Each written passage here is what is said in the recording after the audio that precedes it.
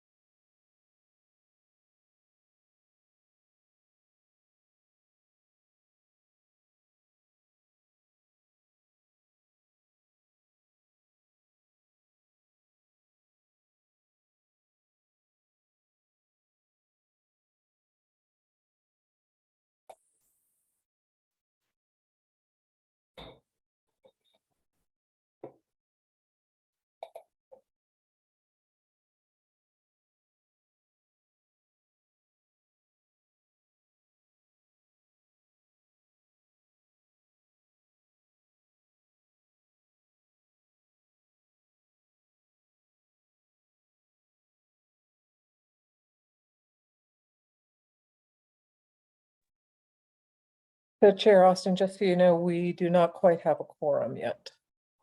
I just unmuted myself because I was about to ask you that very question, so. And just for our public that's here, I'm going to ask you to stay muted and off camera until public forum, and then I will call on you. And I think we may, Aaron just showed up perhaps.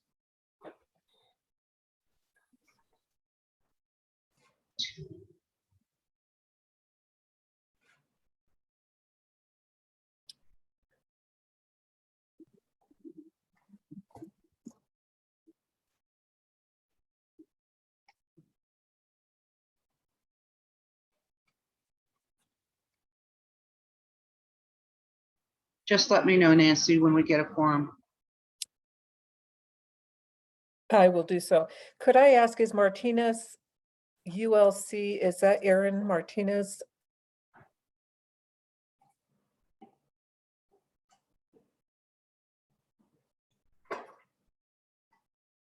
Oh, he's not answering. Okay, Carl Adams, once Carl is on, we will have a quorum.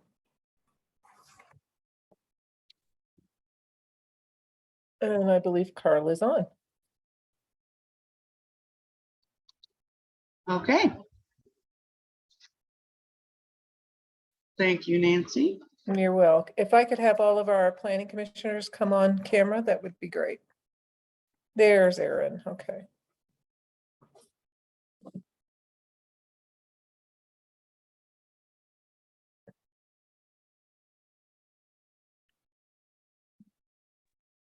Okay, We're terrific. the last dinner in before the meeting starts, right?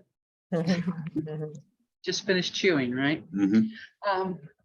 Okay, I am calling the Tuesday, September 20th, 2022 Planning and Zoning meeting to order. Nancy, would you call the roll, please? I would. Kate Townley, Here. Colin Haggerty, Here. Judy Brown is absent. Kate Fuller, Here. Noel Atkins is absent. Carl Adams, Here. Brenda Hubka. Brenda, Here. thank you. Aaron Martinez Present. and Chair Austin. Here. We have a quorum. Excellent. The next item on the agenda is the approval of the minutes from August 16th, 2022. I will move to approve the minutes. Thank you. Is there a second? I will second the minutes. Great. Is there any discussion? Seeing none. Nancy, can you call for a vote, please? I can. Kate Townley, Abstain. okay. Colin Haggerty, Yes. Kate Fuller. Yes. I'm sorry. Yes. Hold on just 1 second for me. Brenda, I'm going to mute you just real quick. Okay, Kate, Yes. thank you. Sorry, there was bleed over there. Carl Adams, Yes. now Brenda Hubka. Yes. Thank Yeah. you. Aaron Martinez Abstain. and Chair Austin. Yes. Motion passes. All right. The next item on the agenda is a public forum. And this is, apparently we have several online with us today. Is that correct, Nancy? It is. So I would Okay. just remind everyone that you are allowed to speak for 3 minutes. And it is not a dialogue between you and the planning commissioners. So there isn't any back and forth. So they may Right. ask for clarifying questions, but that's it. So I will call on you in the order that I see you, if that works. Thank you, Nancy. Okay, so give me 1 second. So the first person I have is Becky Deal. Did you wish to address the commission? Yes, Okay, let me set my timer for 3 minutes. Give me 1 second. Okay, go ahead. yes, I have submitted a letter to the Planning and Zoning Commission. I'm not real sure if they all received it. It's been a while and it has to do with the project being built where the Sam's Automotive from Oxford to Quincy. I don't remember what that's called. I got late and I don't have my notes in front of me, so I apologize. I know we can't stop progress, but we can compromise. I know they've went from 6 stories to 4 stories, and there's a 50-foot buffer. You know, I'm still concerned about the water pressure that's gonna affect us and everybody surrounding it. And that also has to do with the project that is going to be built at the Radcliffe Storage currently, which is right next to my property. And I think there's a 5-foot buffer zone. And per the drawings and stuff, their trash is going to be located 10 feet from my bedroom window. I have a problem with that. I mean, like I said, you can't stop progress, but we can compromise on things that, you know, I've lived here 35 years. Let's don't put a trash can next to my bedroom window. That's going to upset me. The traffic flow is going to be awful. It's already bad, especially on Santa Fe. You know, the bridge that they had talked about building to the light rail, what happened to that? I mean, they said they were going to build it, but now there's no funding for it. You know, come on, let's have some sympathy for us people that have single family homes. Let's not build these humongous apartment buildings. If you're going to do it, there's other property a little further from our property. Build on the other side of Navajo. You know, there's lots of places where they can go and build their 6-story buildings, which they want to put right next to me at Radcliffe Storage.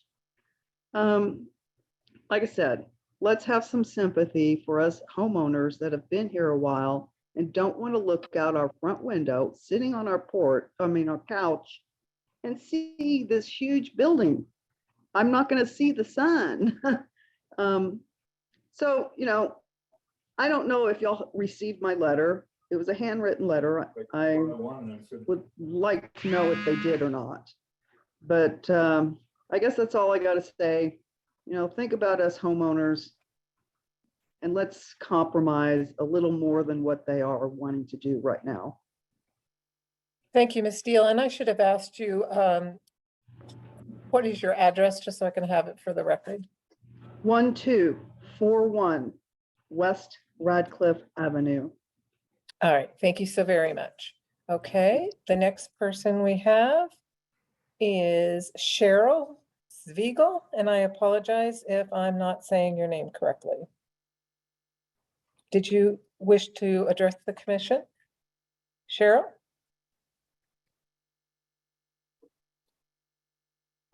Okay. The next person we have is Daniel Reed. Do you wish to address the commission, Mr. Reed? As always, I do. Thank you so much, Nancy. I'll make a good work of my 3 minutes. I have three brief comments to make. The first is, I asked 2 questions in the last meeting, and I feel like I should get an answer about them. They're pretty straightforward regulatory items. The question around who brings community feedback to this commission was not answered. And one person even suggested it was the developer that should bring that feedback to this committee. Both of those answers, a non-answer and the answer that the developer should bring it, are both extremely problematic. I think the members of the public deserve an answer there. That's just a regulatory question. I also asked if there were specific metrics around general welfare.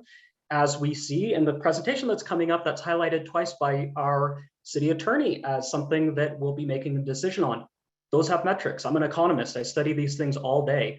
Those are things that we should know about, what those metrics are and what we'll be voting on. Another thing that just kind of springs up as I think about, again, making the most of my time is I am kind of studying the materials that are being presented here. I've Cora'd the planning committee, or excuse me, the planning department a number of times. just to understand how this PUD is going through the one on Oxford and Navajo. And I'm listening a lot for tonality. And what I mean by that is, what are the answers that are coming back to the general members of the public? How is City Council addressing it? How is this members of the Planning and Zoning Committee responding to questions? And I have to say, Becky, your comment around sympathy is really well taken. The first meeting that I attended, in fact, somebody on this committee made the comment that I think we need to have empathy for the developers. And that's a hard pill to swallow as we're thinking about an 8.4 acre development less than 30 feet from our houses. Becky just gave a great example of how this really kind of impacts everyday citizens. And I just want to continue to bring up the point that it's very hard, the way that the rules are set up, for citizens to engage with this committee, except through these 3-minute sound bites. And they don't do citizens justice for the vocal opposition that there is to this PUD. And unfortunately, I'm asking for maybe the 4th or 5th time, what mechanisms do we have for petitioning you all as a group of concerned neighbors? I'm not sure I've gotten an answer to that, and I just want one, because I think we deserve the opportunity to show you what opposition really means. It's kind of important that you hear that, and these 3-minute sound bites, I'm sorry, they just don't do it justice. I'll end my time there, and thank you so much for listening. And I apologize, Mr. Reed, I should have gotten your address as well. I don't think I'll be sharing that. Thank you. That's okay. Can I ask, for the record, are you an Inglewood resident, or are you not comfortable saying? Oh, that's fine. Great. I'm on LaPan Street. Okay, that's all I needed. In Okay. Inglewood. Yes, thank you so much. Okay, so our next person is David Frisbee. Did you want to address the commission, Mr. Frisbee? I would. Good evening, everyone. And I was hoping to have a nice, clean, bullet pointed not a presentation, but something to have a clean presentation, I guess. But I'm sorry to interrupt you. I haven't started your time yet, but are you comfortable giving your address? Or sure. saying if I'm you're at in Inglewood? I'm at 1050 West Stanford Drive. 1050 West Stanford. Okay, your time has started. Thank you so much. Right. So I'd like to piggyback off of what Becky and Daniel have said. There's obviously some real concerns about these PUDs. I got involved or became aware with the Radcliffe project that Becky had referenced. And I think some valid concerns have been brought up, and I'd just like to piggyback on those. And I would ask the city or the committee to really think about how that is impacting the citizens in Inglewood. And I've been here for 16 years, in my house currently for 2 years. And I really am struggling to figure out how it is a benefit to the city of Inglewood. And by that, I mean, there's multiple issues that I see that other people have already brought up. Traffic being one, I think drainage is another. Traffic on Navajo is already a nightmare. Getting Oxford and Santa Fe over to the Costco area, that traffic light is already a nightmare. I know walkability is a big bullet point for Inglewood, and I struggle to see that there's infrastructure present there that can accommodate the level of development that we're talking about here. I think we're talking 500 or 600 additional units. And to me, I'm thinking 1,000 potentially more people in this area. There's not sidewalk infrastructure there to support walkability. The developer on the call that Daniel was referring to was talking about the transit-oriented development. I don't see how that's the way things are now. I don't see how that is, accommodating the light rail station there. So I think there's a lot of infrastructure problems there. And then, just the aesthetic purpose. I think there's a big difference between what we're talking about here, essentially in people's backyards. It sounds like in Becky's case, 10, 20 feet away. versus, some of the other projects that have been approved on, Hamden and Huron, I think it is, and some old commercial 1-2-story buildings that were already in kind of commercially developed neighborhoods versus smack dab right in the middle of or in the back of people's backyards. I come around the corner every day and I look at the view and I look at the massive landscape that we all are fortunate enough to see. And I can't help but just imagine that, in 2 years or something, having that entire skyline. I'm sorry, Um, Mr. Frisbee, could you finish up? You're Yes. at your 3 minutes. So- Thank you. Yes, you bet. So I hope that we take into account quality of life and the Inglewood bullet points that have been made, have been stressed. So thank you for your time. Thank you so much. The next person I have shows up as Harley Hans 55. Did you wish to address the commission?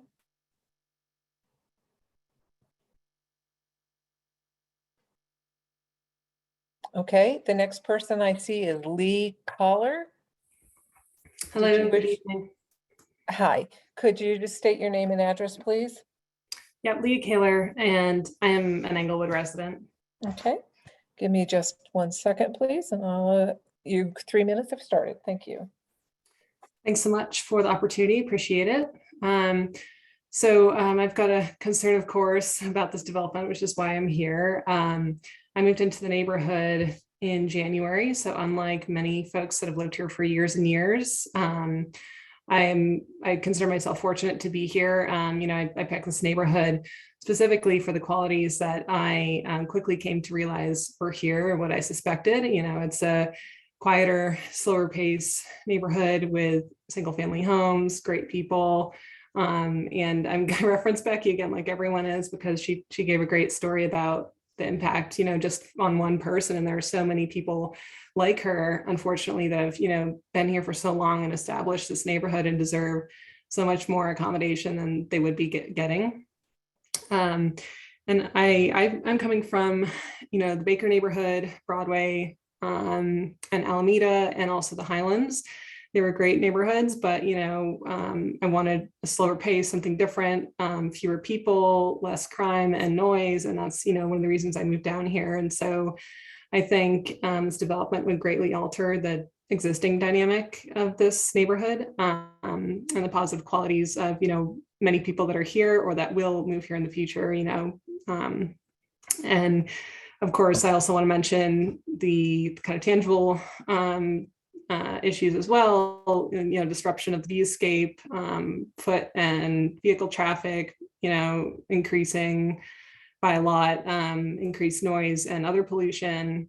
Again, the density, like I moved out of Denver because of the density, and it just doesn't seem to make sense, and to be so close to other single family homes.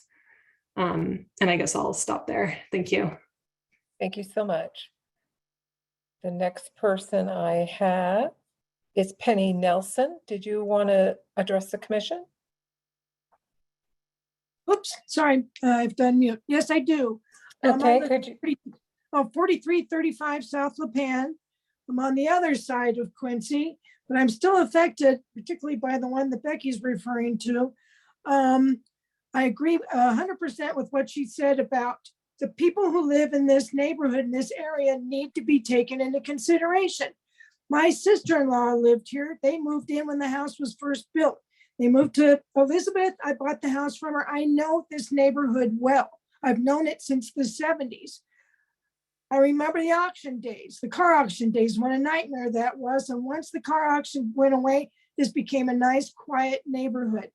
I'm afraid that it's now going to be a neighborhood of apartment buildings. When I hear about all the high density you folks are going to put up and down Windermere, Navajo, whatever, I'm really dismayed about that, because we will become a neighborhood of apartments instead of neighborhoods. It'll be all apartments. I do have big issues with the traffic. I know the meeting that I attended last time over at the library, the spokesman for the developers said that there had been a study for what, 2 hours? If you guys remember, was that 2 hours that they said they sat at the stop sign down here and that the traffic wasn't that big a deal? That is total BS. I'm calling BS on that. I am at that stop sign almost every day, and I'm sure all the other residents of this area are as well. The sewage, the water, and the bridge, Englewood Herald, front page news. Englewood doesn't have the money to build the pedestrian bridge. When we were told at the last meeting, the developer was going to help pay for that. What happened to that? Again, traffic, sewage, water, traffic, and the fact that the poor people on the other Lipan are going to have people in their balconies looking down their backyards. And I don't know if these people have thought about it. And this is something we experienced when these houses were built behind us. The dirt that goes flying everywhere, I'm sure they're going to have to mitigate that property. I don't know how that's going to be done without everybody else being affected in the neighborhood. Asphalt, they smelled the asphalt, which was very strong from over at Kirchner the other day. I mean, there's just so many things wrong with this. And I do have to credit the developer. They're really trying to work with us, but it's a bad idea, period. All right, And so- thank you. Oh, I'm sorry. That's pretty much all I wanted to say at this point, because I'm sure my issues are the same issues as everybody else's. I'm probably going to just be repeating what other people are going to be saying. So Thank you very much. Our last person to speak, if they wish, is Sarah Leatherwood.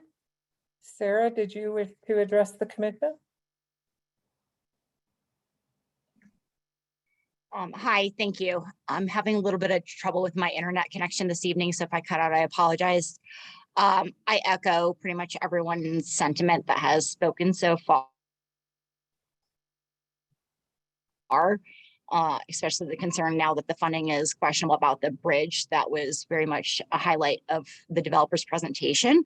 And the focus of the developers of having that entire building unit as something where they want everyone to use the light rail. It's already a dangerous corner. I walk to the light rail a couple times a week, and you got to watch yourself on some of those corners. So it's an interesting new development, but yeah, I just, it's tough for the people here. I live within 1,000 feet of both units, and the thought of this many people coming in is just really sad, actually. That's all I have. Sarah, would you mind giving your address, or if you're an Englewood resident? I'm an Englewood resident. I'm on Radcliffe as well. I've been here about Okay. 15 years. All right, I appreciate that. Thank you so much. Chair Austin, that is all for the public. All right, thank you. Thank you, Nancy, and thank you to all of these folks who have come forward to express their opinions. It's nice to get your opinion. Thank you very much. The next thing I have on the agenda is training, and I'm assuming I'm supposed to call on somebody from staff for that. I think Victoria. It is, yes. Let me get my video up and going. I'm so sorry. I accidentally put Colin's hand down. He had a question. I apologize, Colin. I accidentally hit the wrong button. I thought you were just cutting me off already. No, not at all. I did have the one item I wanted to follow up, which the note that the Oxford Bridge is not being constructed. If I'm not mistaken, maybe we get from staff, it wasn't able to be fully funded for this next year. I believe it's still going through the design process and is intended to still be constructed. Funding obviously is not infinite, and so we have to prioritize different projects. So I just wanted to confirm that that was still in process and I'm not missing something else on that regard. Before Brian or one of the planners speak, I just want to inform our public that public forum is now over. So since you've had your time to speak, you will not be able to speak again. There would be opportunity at the next meeting, or if a public hearing is scheduled on any public issue, a planned PUD or such. So I apologize. That's so Brian. I don't have any updates on that. I'd have to verify with our Public Works Department. I don't know if Brooke or John has an update on where that stands right now.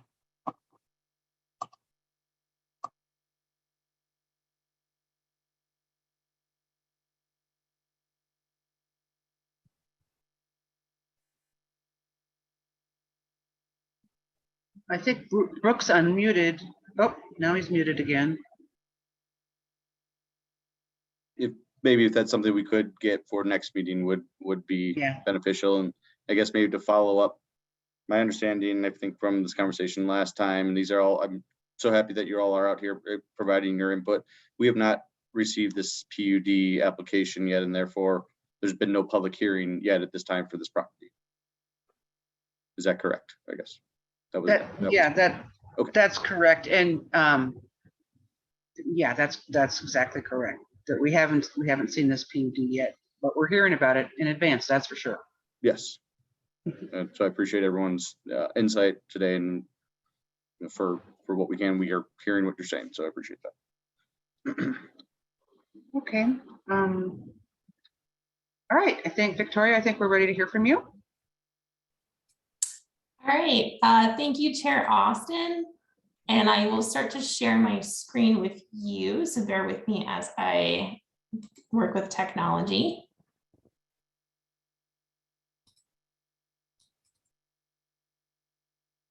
Just to be clear, are you seeing a green screen that says PUD considerations? Yes, we are. And just a little preface here that if you recall, the commissioners have put forward ideas for little individualized little segments that we can get training from staff and on things that come before us on a regular basis. It never hurts to have a little bit more information on these things that come before us. So thank you very much, Victoria, for putting this together on PUDs. Absolutely, and we'll continue to do so as long as they're helpful. So again, thank you, Chair Austin, and good evening, commissioners. As part of that ongoing training series, I'm here tonight to review with you the plan unit development process and considerations, including criteria for conditions that can be imposed on PUDs. So as you're aware, commissioners are appointed. They're serve as in an advisory role to City Council, and their duties include a number of very significant things for our community, including approval of a master plan for the physical development of the city, approval of all plats of proposed subdivisions are required to be submitted to the commission for its recommendation to council. The commission is required to annually submit to the city manager a list of recommended capital improvements arranged in order of preference, which in the opinion of the commission are necessary or desirable to be constructed within the next 5-year periods. The commissioners make recommendations regarding plan unit development applications. And any recommendation of the commission shall not be binding on council. However, no general city plan nor zoning ordinance or PUD application shall be considered by council unless it has been first submitted to the commission for its examination and recommendation. Now, the plan unit development process or the PUD it's a zone district category that's designed to allow for more flexible site design and development than that's allowed within traditional zone district categories. PUDs are intended to encourage more diverse site design with respect to density, spacing of buildings, heights, setbacks, and circulation through approval of a specific site plan for the property. Now, this flexibility and diversity, however, results in increased negotiations with city staff, with the community development and neighboring property owners, as well as many questions regarding the implementation of the PUD site plan over time. So state statute regulates PUDs, and under the statute, in order that the public health, safety, integrity, and general, sorry, I think I got ahead of myself. There we go. In order that the public health, safety, integrity, and general welfare may be furthered in an era of increasing urbanization and of growing demand for housing of all types and design, the state grants counties and municipalities the ability to create PUDs for the following purposes. Now, they're not all listed here, but generally the goals of the state statute and the allowance of counties and municipalities to create PUDs are to have a convenient collection of commercial, recreational, and residential facilities along with safe industrial sites, to encourage innovation and development, to encourage efficiency in land use and traffic planning, and to encourage integrated planning among stakeholders, which would include city residents, staff, and as well as developers. Now, the Act sets forth requirements for cities implementing the PUD provisions. These include providing a statement of objectives, designating a board, such as the commission, to review PUD applications, and setting forth application and review procedures with maximum time periods for approval or disapproval. The Act also requires a finding that the PUD plan is in general conformity with the master plan of the city. The Act addresses standards and conditions for PUDs and enforcement and modification of plan provisions. So consistent with state statute setting forth the requirements for local ordinances, Englewood Municipal Code requires the commission to review the proposed PUD, review recommendations of city staff, hold a public hearing on the PUD, and make a written recommendation to council to approve with conditions, deny, or modify the PUD. When an applicant is seeking a rezoning for a PUD, they're required to complete the Planning and Zoning Commission's quasi-judicial hearing form. And this form walks through the rezoning approval criteria that's set forth in municipal code. And under this ordinance, the approval of a PUD rezonings are to be made in the interest of promoting the health, safety, and general welfare of the Englewood community and be consistent with the comprehensive plan. Now, there's been a lot of discussion about metrics and how to assess general welfare. Excuse me. General welfare is not defined in our code, but under case law, general welfare of the community is interpreted to mean both the present and future inhabitants of the city. Additionally, for instance, the state statute that explains what to be taken into account when it comes to coming up with a comprehensive plan for the city makes clear that the role or the plan should be taking into account present and future needs of the city.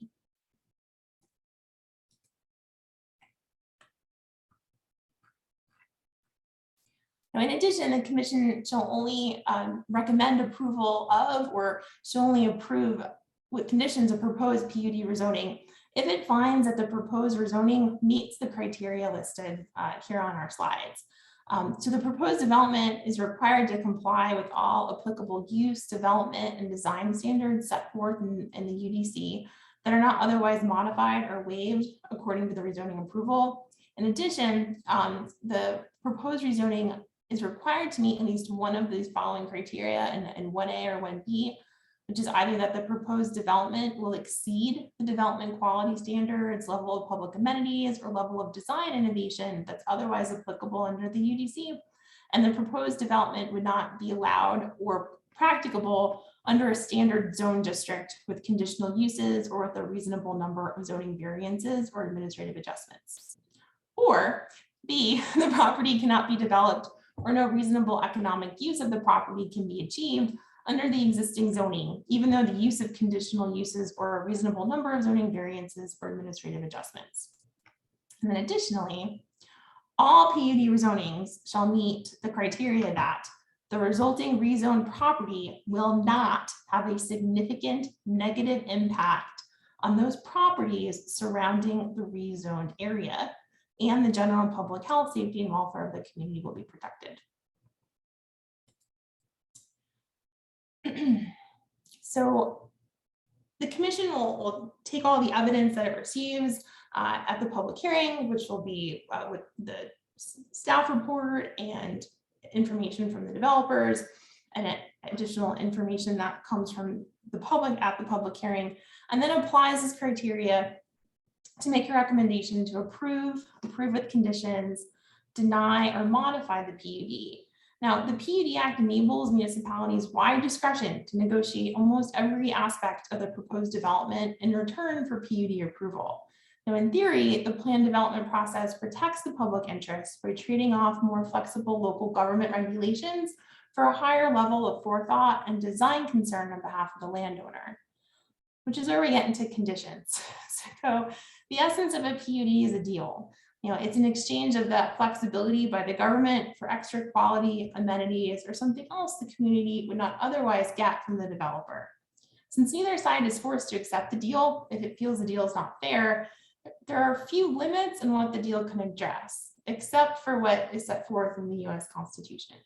So conditions such as development exactions or dedication requirements are permitted and are constitutional without compensation to the developer if they're provided, or owner rather, if they satisfy with a two-part test. There must be an essential nexus between the legitimate government interest and the exaction that's demanded.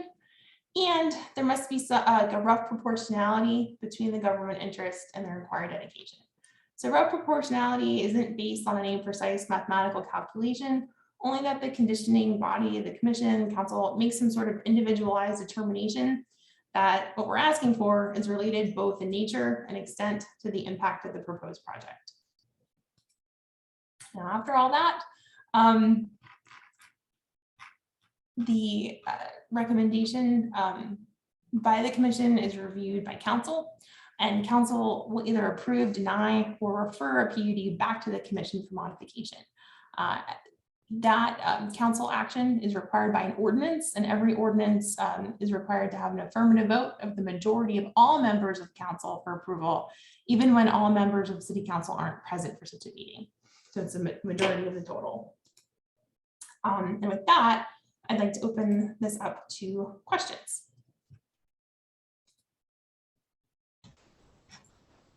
Brenda Hubka. Okay, let's just make sure we all understand this. Yeah, absolutely. So there is a list of criteria, and we make sure that the PUD adheres to those three criteria that you had on that one slide, which we should go back to, by the way. Yeah, let's go back to that one. Yeah, let's go back to that. Let's talk about the three criteria for sure. Just, I don't think I'm sharing yet. There we go.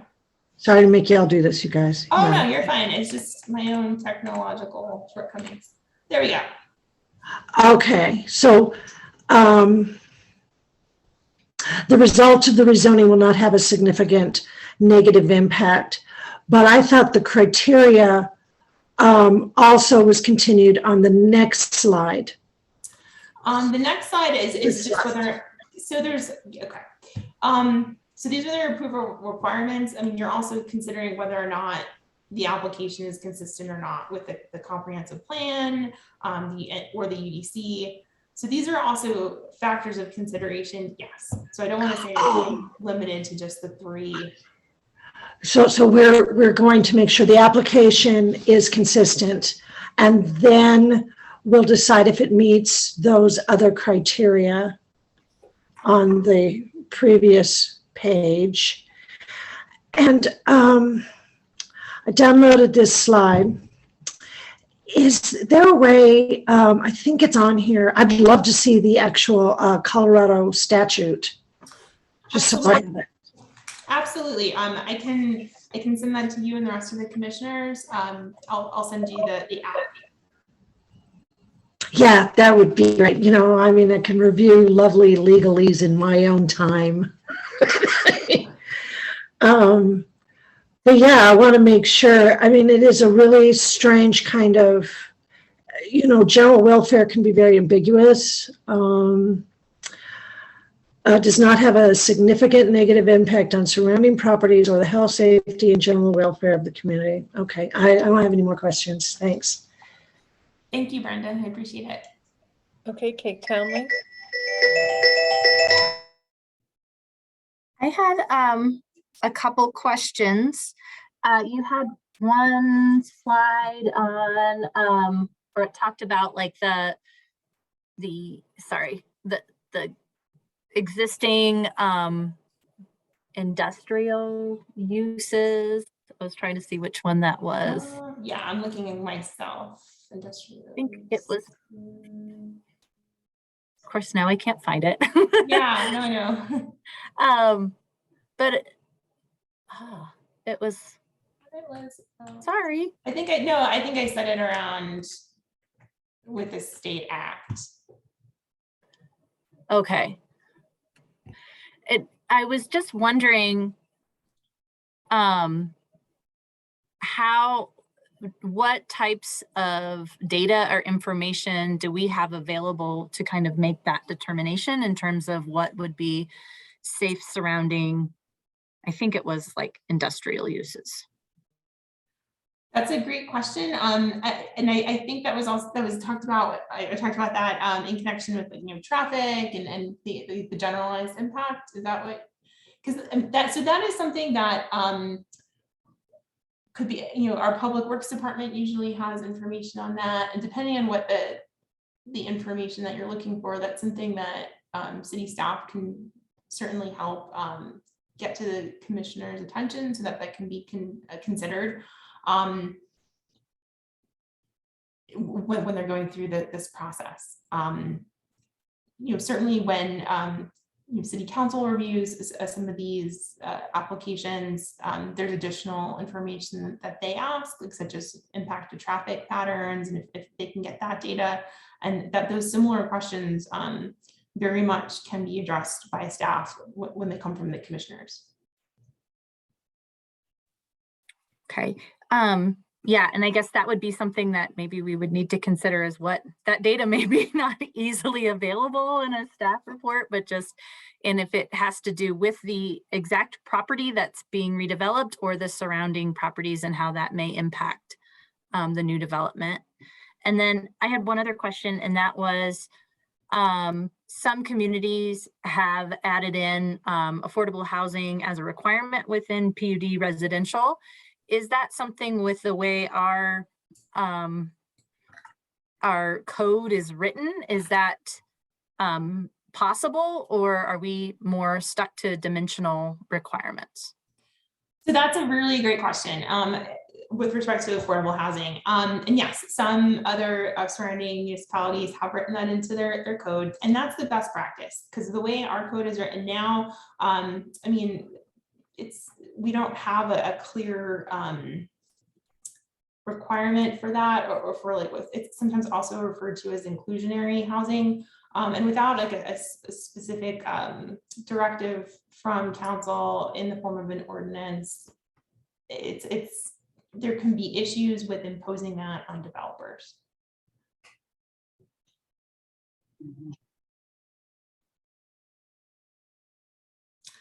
I know that's not the best answer, but we can definitely do a further deep dive on that, and to get that information out to the commissioners, and if that's something that should be considered with the UDC steering committee in their process.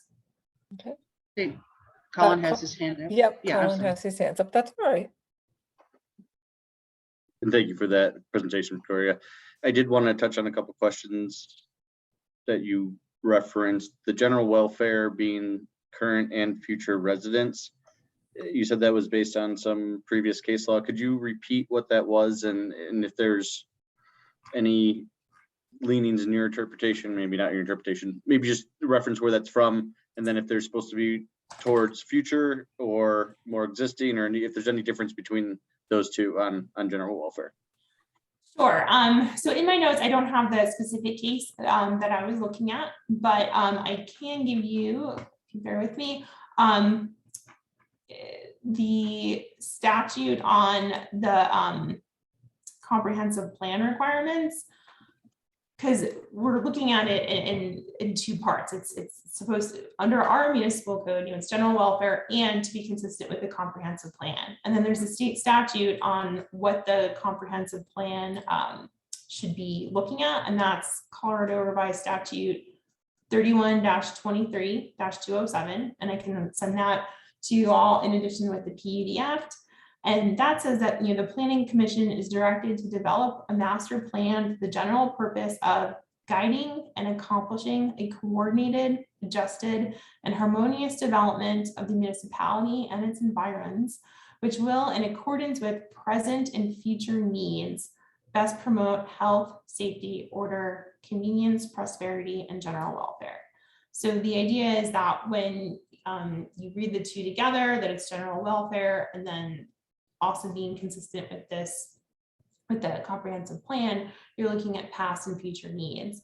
And then I can get the cases on general welfare, and really what they're interpreting is this whole ability for municipalities and counties to have PUD districts, it rises from state statute, which also is finding the police power of the state.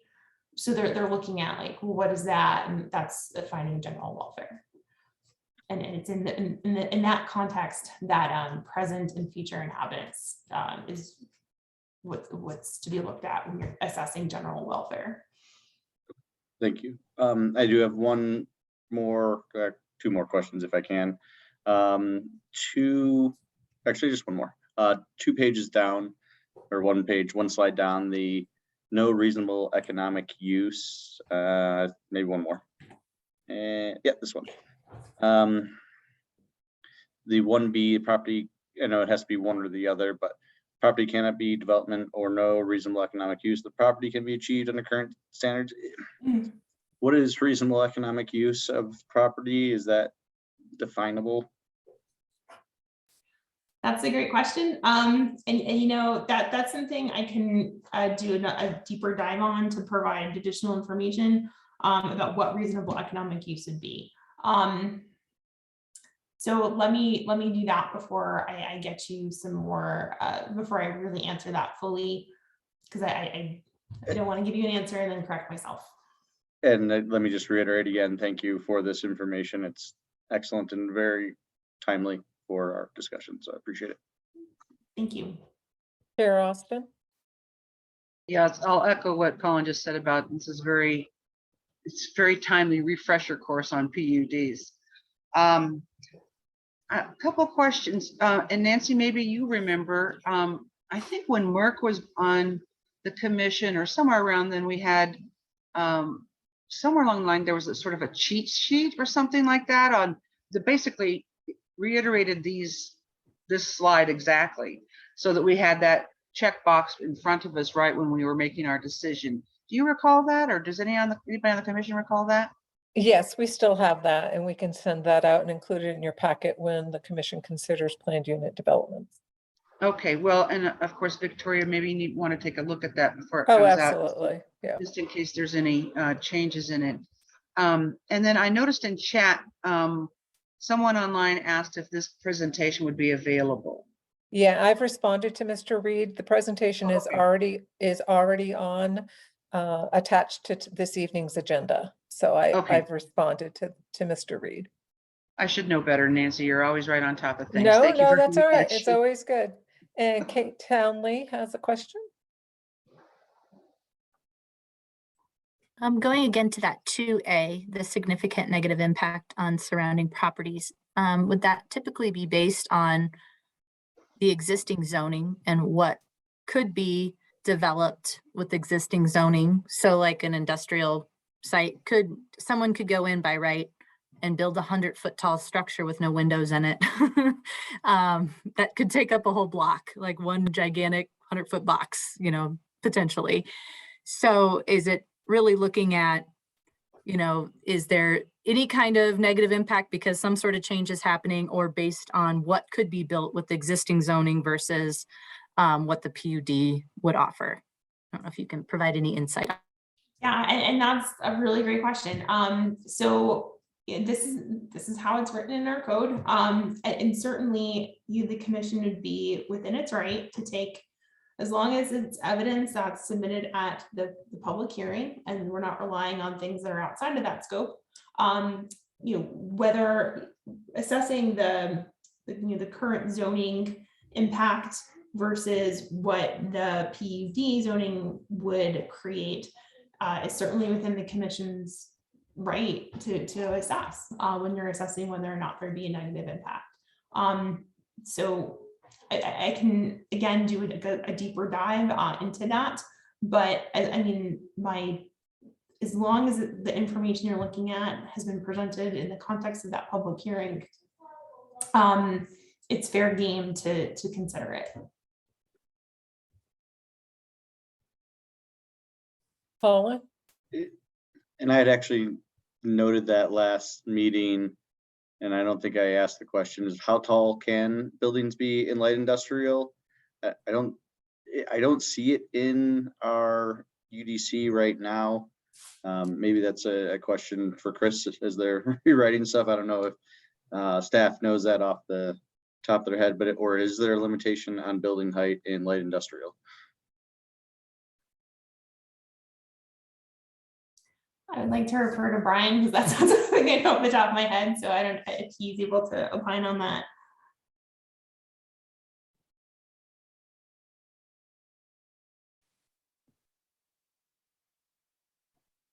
And That's something we more can than definitely okay. get for you. Yeah, that's great. I had looked it up, but I couldn't find anything, but I can't say that I read every page of the UDC.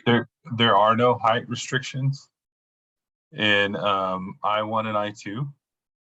Okay. Unless there might be a restriction due to any specific type of use, but generally there's no height restrictions there. Okay, and I actually pulled up some examples just so everybody knows for light use in our code that says research development, bottling, cold storage, printing, publishing, freight terminal, contractor shop, and towing are example include but are not limited to. Thank you. Okay, Aaron? Yeah, I just wanted to follow up a little bit on the question earlier around affordable housing and, you know, in the lack of an inclusionary ordinance or in the UDC. Is there any preclusion from including that in some of the negotiations with the developer?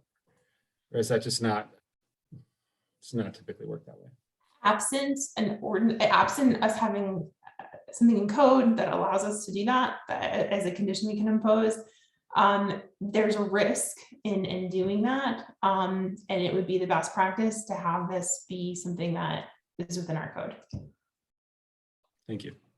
And just to update you all, there, since this came up as a topic, there was a recent discussion at council on last Monday night. I think our housing assessment group, Root Policy Research, presented part of their findings on the housing assessment. So that is something that we are currently working on, reviewing and bringing as part of the UDC updates.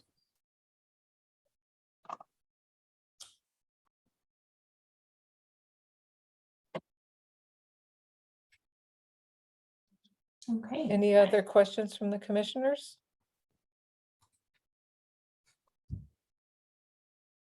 Well, thank you very much, Victoria, and everybody who helped you to put that together.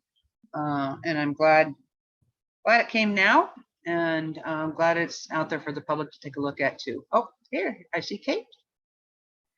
Sorry, so I just wanted to just clarify then or double check. I think this is what we're saying, is that if you have items that you would like to consider for negotiation or make those recommendations to council as part of our negotiation process, that if there's other ordinances or places within the code that back that up, then that would be the best case in terms of things that we can request of the developer or Yes. whoever is asking for the PUD.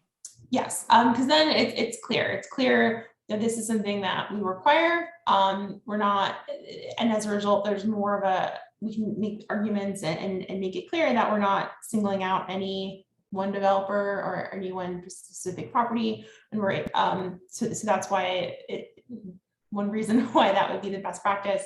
And additionally, having that clear legislative directive from our council that this is what we're doing, and a reason about why that is consistent with the needs of the community, bolster that process. And it sounds like we've got a group that's reporting to council that's already sort of working on this, so. Yes, with respect to affordable housing. Right, okay, perfect. Anything else regarding the presentation? All right, according to my agenda, it says it's staff's choice. So, I don't have anything for this evening.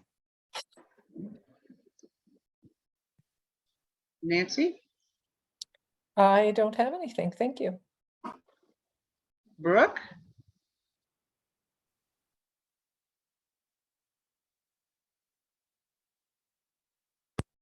I don't have anything to add either. okay. John, and then I'll come back to Victoria. Nothing to share this evening. Okay, Victoria, anything else? No, nothing else, but I will expect some emails from you with some of the follow-up information that we talked about tonight. Great, thank you very much. Thank you very much. Well, since the next thing is attorney's choice, I'm assuming, Victoria, that I should have included that. Yeah, I apologize. That is that. No, it's not your fault. It's just, I'm just looking at the agenda going, whoops. Okay, commissioner's choice. I'm just going to go around as I see him. Kate Fuller.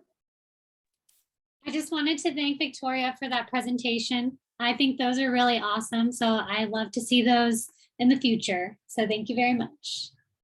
And nothing else. Aaron. Nothing for me. Thank you. Kate Townley. I just had two things. Or one question would be, is there a process in place for a staff member or someone to be able to respond to the member of the public who had a specific question on the engagement between public and this commission specifically, and what those regulatory items are that, can make it more challenging, or that we have to be aware of in terms of having discussions, especially about specific properties. And then also, I was just wondering if staff or the city attorney has any advice in terms of what we're supposed to do with the information, since we received testimony, essentially not sworn in testimony, but it's like about specific properties that are going to be coming forward likely in a public hearing. If there's advice on what to do with what we heard tonight, or anything like that. So I can address some of that. So we want to make sure that whatever you all are considering when it comes to reviewing these applications is all heard within the context of a public hearing. And then you're all getting it at the same time, and it's all part of that same process. So with the information that you're receiving now, before you all have had the opportunity to get into that application and staff recommendations, the advice I have there, it would be that this information is either resubmitted at that time, whether it be through members of the public again, or by inclusion of like these minutes and these meetings are recorded, you'll have continued access to it, just to make sure that we're being very clear about what we're considering when we're considering it. And Victoria, can we actually say that to them at the end of the public forum, or just, I just want to make sure that, these people feel like they're being heard, because they're obviously very frustrated. Yes, I understand that. And we want to make sure that, it's an impartial process. Yeah, it's an impartial process, and we're doing it within the context of that process.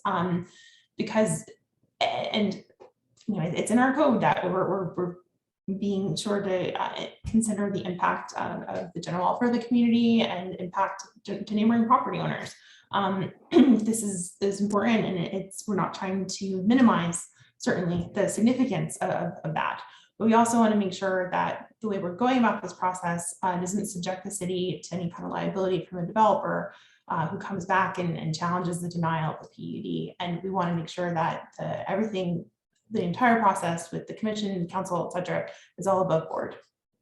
Okay, so basically just say thank you very much. And Yes. Keep up with your input into the process. Yeah, Yes. okay, We continue to encourage community involvement. right. Kate, I So don't Vic- think your first question was answered about, I think it was Daniel that had specific answer, wanted something like that. Nancy? So I was going to ask Vicky follow up on Kate's first question. Is it appropriate, since the commission cannot engage in a dialogue back and forth, if the public, we can just let the public know that they can email staff? Yes, that's perfectly appropriate. And then we want to make it, and then we can obviously relay that information to the commissioners all at the same time, making sure that the information is being conveyed, but again, in a clear process. Okay, great. Thank you. Absolutely. Okay, Carl? I wanted to thank the speakers that came out and talked today. That's probably the most people I've seen talk here that one night, one meeting. For them to come to the public hearing, how will that be publicized as to when that's going to be?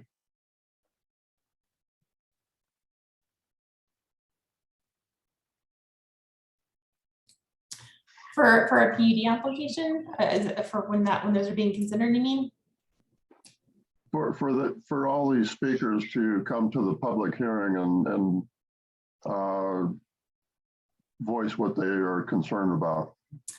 Well, those meetings are put on the agenda, is put out, and so there's notice that goes out to the public there to come to the commission, and they can also come to council when these matters are come before council. And again, that's put on the agenda. So how can they get a notification of over a week about a public hearing with planning and zoning? So Carl, generally when we have folks that we know are in opposition, as staff, we tend to reach out to them ahead of time to let them know when a case has been scheduled. So that way we just are trying to be transparent. That way, either support or in opposition. When we know that there are individuals that are interested, we tend to, as staff, to reach out and let them know once it's scheduled. Where do you get their information at? Usually they've either emailed us or called us. Okay. And then, sorry, and Brooke, can you clarify for a planning commission PUD public hearing, isn't there a mailing? Yes. So Carl, for a planning commission public hearing as well as a neighborhood meeting.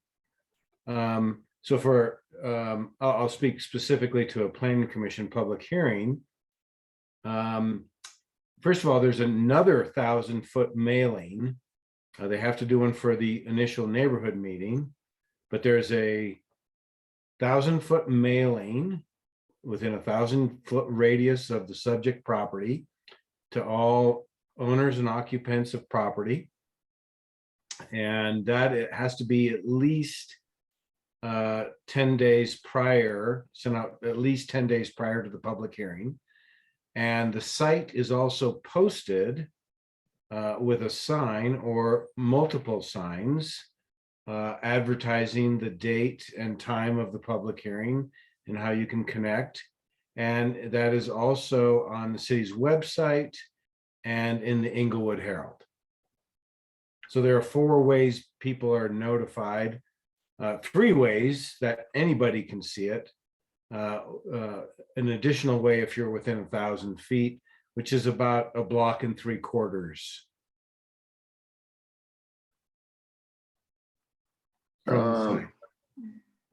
Okay, that's kind of an industrial area down there, so it's probably 1,000 feet is not going to include a whole lot of people. But the sign, what was the time frame on the sign? Is that It also has to be posted a minimum of. It also has to be posted a minimum of 10 days prior to the meeting. Okay. A red background with white text. Okay. Okay, thank you. And think that's all I have. Okay, Colin? And I'll just kind of add on that our agendas are posted a certain amount of time before meetings too, so we meet theoretically every other week, so you know, keeping an eye on that is an important part of it too. One other question that Kate kind of reminded me of, the first speaker said they had a letter sent to the planning and zoning. I don't believe we've received that. Is that something we would receive?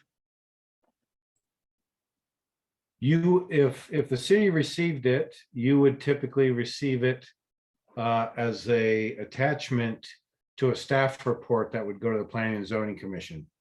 I do believe we received something, and it could have been about 6 months ago. We'll have to check. I do believe we received a handwritten letter. Okay. So, and I had this vague recollection of getting a letter, but I thought it was for a different property. So if there is one, I guess maybe it would be good to re-look at that, although maybe it doesn't come whenever an application comes forward, or would we get it right away, or does it have to be associated with an application? Well, staff would send it in association with a staff report. The community can send whatever they want to whoever they want. It's a free country, but in terms of it would not be included in a staff report until there is a formal application. Okay. But even if it was sent, prior to the formal application, it would be included in that staff report. So even in conjunction with a neighborhood meeting. Okay. So we would likely get it with the formal review application that your department. That is correct. Okay. And honestly, that's all I have. Thank you. Okay, Brenda? I'll just say thank you very much, Victoria, for that very timely presentation. And that's all. Thanks. Okay. I also have nothing further. So do I see any further business to come before the commission? Seeing none, the meeting is adjourned. Thank you all so very much. Thank you. All right. Thanks. Bye.